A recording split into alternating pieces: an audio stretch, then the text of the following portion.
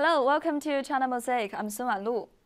In October, before U.S. President Donald Trump's visit to China, the U.S. Federal Aviation Administration and the General Administration of Civil Aviation of China signed an agreement on the implementation procedures of the bilateral airworthiness agreement. The document marked a full and reciprocal recognition of jet aircraft between the two countries. It's of great significance in the path of China's self-developed C919 to obtain an airworthiness certification from the United States and the European Union. What consequences will it have? In the global aviation market, the most common passenger jets are made by only a handful of companies, such as Boeing and Airbus. The signing of the agreement means that China will also enter the big jet club.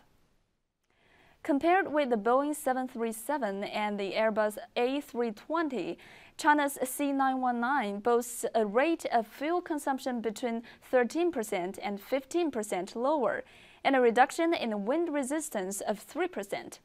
This means that the C919 can fly faster with less fuel consumption than its Boeing and Airbus counterparts.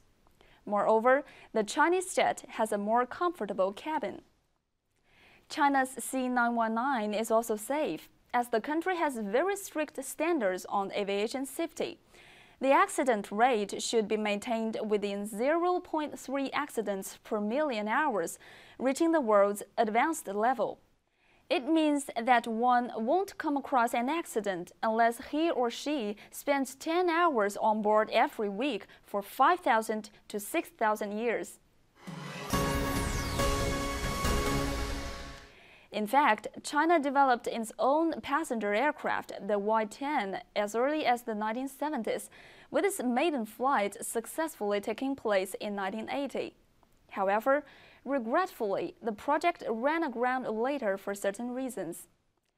It was not until 2008 that China began to develop another type of large aircraft, the C919, which conducted its successful maiden flight in May this year, as well as its first long-distance course-changing flight on November the 10th. Now, the number of orders for the C919 has reached 730, including from overseas customers. For many years, China has never wavered in its determination to produce independently developed large aircrafts. Now, with a broad market demand and a strong national foundation, it is perfect timing for the C919 to enter the stage. At present, there are very few countries with large aircraft manufacturing capabilities in the world.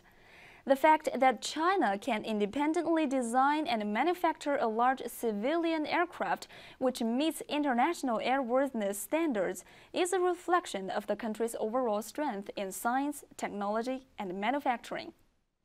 The recently concluded 19th CPC National Congress particularly stressed the issues of driving economic development with innovation, expanding major scientific and technological programs, and turning China into a science and technology giant and a manufacturer of high quality.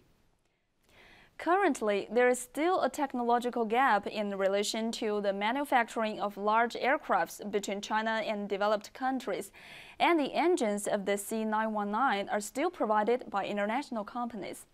However, in the long run, it is quite possible that, like China's high-speed railway development, its large aircrafts will be made completely from independent research and production, and will march towards the forefront of the world through fully integrating domestic and foreign technologies.